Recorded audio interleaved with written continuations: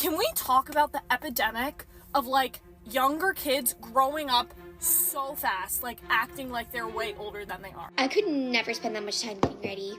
Don't you worry, girl. We can tell. Today we're letting our 5-year-old get whatever she wants from Lululemon and Sephora. We literally told her she could pick any store she wanted to go to and she picked these two. I just received my niece's Christmas list. What's on it? We've got clothes, blanket, mini backpack, drunk elephant skincare. 7 years old. What is she needing drunk elephant for? What has happened to 13-year-olds? I feel like they no longer go through an ugly phase. It just makes our generation seem like an idiot. Why are we letting our kids walk around like they're 30 years old? You're 10. Preteens who once roamed the malls, shopping for spiky rubber earrings from Claire's and gossiping about the latest Hannah Montana episodes, are now spending their time filming TikTok dances, reviewing Stanley Cups, and buying $90 retinol creams from Sephora. And it's more than just that, the preteen stage seems to be disappearing altogether. This small sliver of time between childhood and teenage life was once a transitional phase where children would start to find their place in the world. But now they bypass their awkward stage altogether and jump straight into behaving like adults. While it's perfectly normal to want to act grown up when you're a kid, this has been taken to a whole new level where kids are maturing before they're ready. But when did childhood turn into 8 going on 18, and what factors are contributing to the unraveling of preteenhood? Well, that's what I'm here to investigate today. Why adolescence has been lost and how an abrupt leap into adulthood impacts children's development. All right, people, when we talk about the death of any particular society, we can't really have an open and honest discussion unless we have a discussion regarding the men of that society that ended up failing it ultimately. In this case, we're actually talking about the so-called nice guys of Western society that have allowed our women to essentially destroy themselves over a long period of time.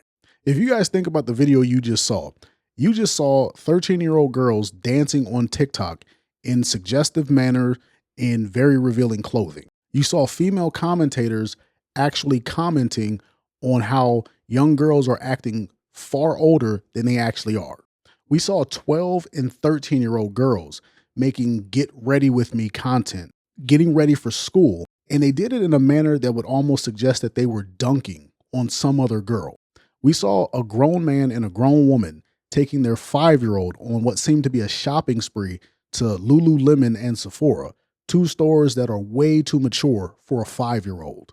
We saw middle school girls doing extremely expensive TikTok facial routines, getting ready for school. We even saw 7 and 9-year-olds in that video doing makeup, get ready with me routines, doing skincare routines.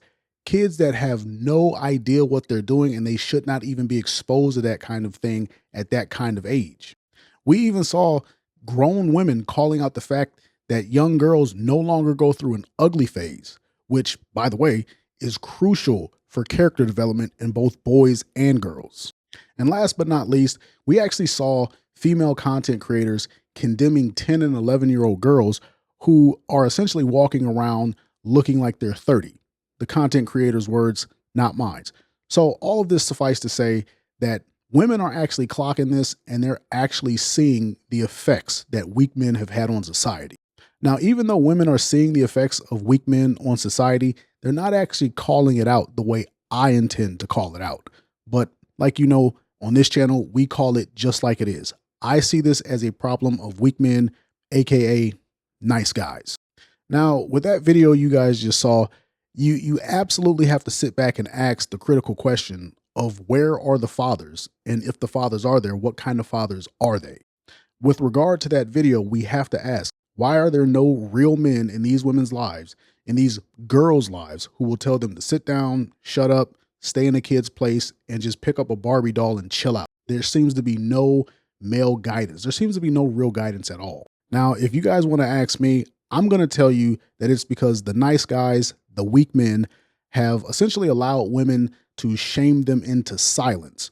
And that silence has allowed our young women in today's society to self-destruct. Watch this. All my years of living, I've never heard the saying, grown man in little girls' faces. I have always heard the saying, look at that fast little girl always up in grown man's faces.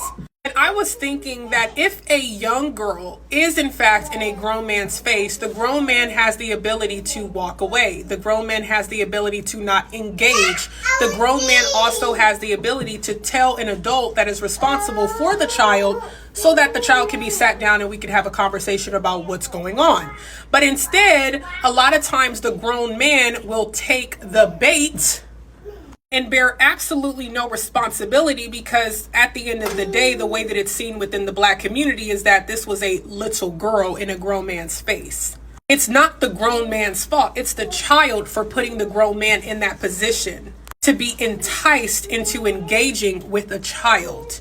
And I just want to ask the question, why is it never the adult man's fault? It's always the child's fault. At some point, we have to be real with ourselves.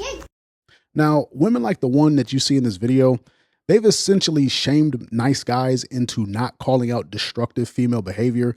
And because nice guys are weak, they've stopped. And that has led to women destroying themselves over a long period of time. They just stopped calling them out. They stopped being fathers. They stopped being brothers and uncles. They've stopped being leaders for fear of shame.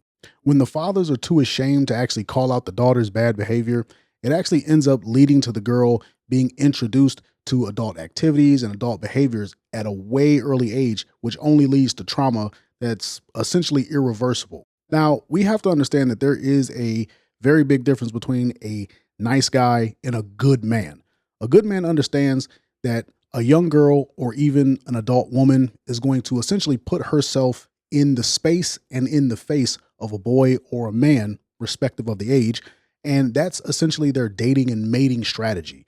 You don't normally see women walk up and start flirting. Maybe if she's in her 20s or 30s, but young girls, teenage girls, girls in their early 20s, they don't necessarily do that. They get in your space and then they do something to get your attention. A good man understands that even if a young girl is in the space and in the face of a man who conducts himself in an honorable fashion, it's still problematic. This is problematic mostly because, well, number one, women don't really know how to differentiate honorable men from dishonorable men, mostly because women in general like bad boys. They like a guy with an edge to them. Now, since they like those guys with an edge, but they like them to be bad still, if those guys conduct themselves with some sort of dignity and respect, but they're still like really heinous guys, that can easily confuse women. This is why I say women generally don't know how to differentiate the two. Now, secondly, it's actually problematic because it programs the young girl to think that simply because something should not happen, that it will in fact not happen. And we all know that that's not true. Just because a man shouldn't do something doesn't mean he won't. Now, nice guys will easily allow young girls to access men's spaces, young boys' spaces, and they'll let them get in those boys and those men's faces, and they'll never chastise them for it. And essentially what's going to happen is this leads to what I like to call the Mary Jane effect. The Mary Jane effect is just, if you remember the Amazing Spider-Man cartoon, there's an episode where Mary Jane throws herself out the window in order to make Peter Parker prove his love for her, and he has to jump out the window and catch her. Very toxic, but that's what a lot of women do. And what I'm simply saying with this is, essentially, women will cross the line in a man's direction, and they believe that that man has to respond 100% of the time with 100% honor. That man is not allowed to be inappropriate in her direction, but she's allowed to be inappropriate in his direction. This is all the calamity that a nice guy is going to cause by not chastising a woman and telling her to stay in her place. When I say woman, I guess I should say a young girl. Now, like I said, with respect to the video, with the black lady calling out people who call out women or young girls who get in men's faces, nice guys are weak and they easily fall for this shaming tactic. And like I said before, this is what leads women to be self-destructive because they essentially grow up with no guidance. Okay, these bop houses have officially taken things too far. In case you're living under a rock and don't know what a bop house is, it's basically an influencer house for OnlyFans creators, where they pump out massive amounts of content and make a lot of money doing it. All right, how much did you make last month? 6 million. You know what? Good for them. The problem is that these girls are barely 18, and there are millions of teenagers following them because it looks like such an easy way to make money. Don't be fooled. This is not as easy as they're making it seem. There are over 4 million creators on OF. Most of the earnings reported go to the top 1% of creators. They already have some sort of massive following online, or they're established mattress actresses. Most creators who start off on there won't make more than a couple $1,000s a month, even if they work with an agency. Yes, there are literal agencies scooping up young women for this. Just remember, guys, anything you put on the internet is permanent. Now, it should be mentioned that a good man is not a tyrant. Where a nice guy is weak and he is a pushover, a good man is not a tyrant, but he does what's necessary to keep people safe and to guide those who are younger than him and weaker than him and make sure that they don't do anything that injures themselves and others. He's not going to be well liked because he has to enforce the rules, but he enforces the rules despite how people feel about him because he's a good man, not a weakling, not a nice guy.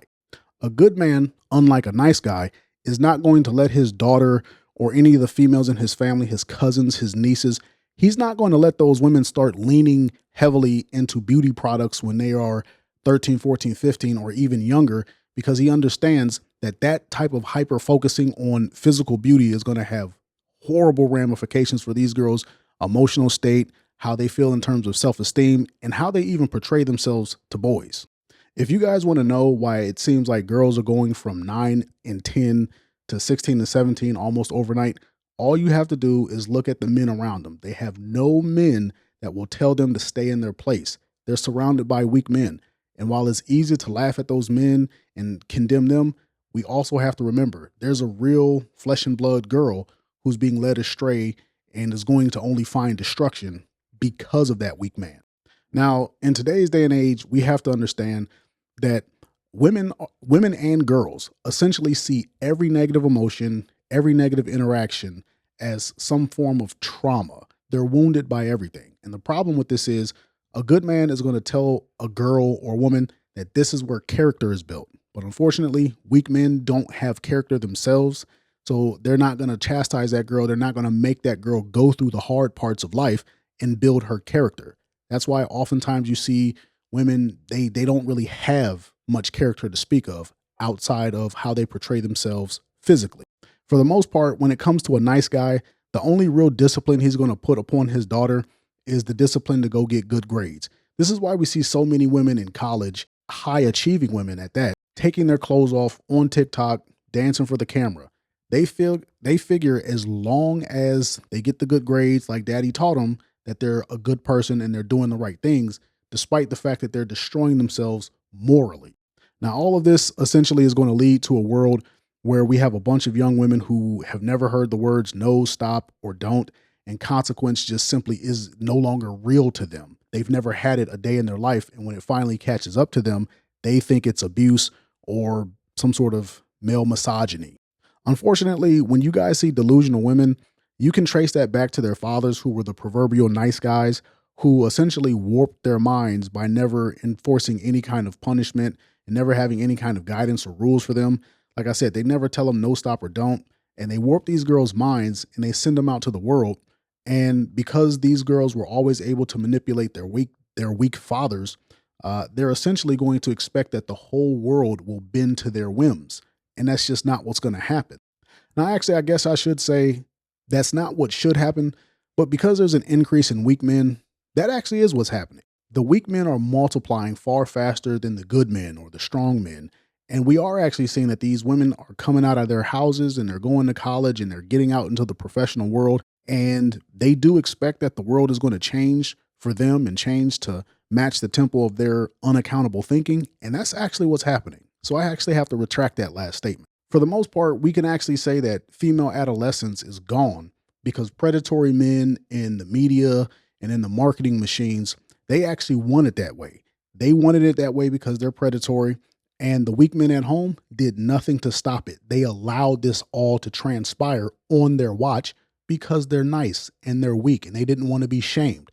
They wanted the love and the smile of their daughter more so than her safety and security. We also have to look at the fact that most young girls are competing with their aunts and their sisters and sometimes even their grandmothers for the same attention on the internet. Now, I'm not saying that women should be posting themselves on the internet. I'm just simply saying that all women have the ability to get the attention of all men by posting themselves on the internet. And where that attention would normally be reserved for the younger women, we don't have any real men, any good men telling the older women, 35 and up or so, to sit down and stay in their place. You had your chance. Stop trying to compete with teenagers and young adult women. But we got too many nice guys who don't want to tell them to sit down. Now, what this actually ends up doing is it causes the younger women to fight twice as hard for the same amount of attention from either the men in their peer group or men who are older. Like, you know, older men are typically going to have more money. Younger men are typically going to have more time. So a woman of any particular age is fighting for both money and time of some man. So if you have a girl who's in her 20s, maybe she's in her late teens or early 20s, she's going to be competing against a much older woman for the attention of a man who might be in his mid to late 20s, early to mid 30s. And she's going to be competing for the resources and the time, where that older woman should already be off the market. But like I said, there's no nice guys, or there's too many nice guys that don't want to tell this person to go away and sit down. At the end of the day, it seems like there are far more nice guys that are in charge in society. There's far more nice guys that have a louder voice, and they're driving society off a cliff. And they're the ones who are also asleep at the wheel. I'm not going to tell you guys to be a tyrant, but I will tell you that it was nice guys who let the Trojan horse in the gates. Take that how you will.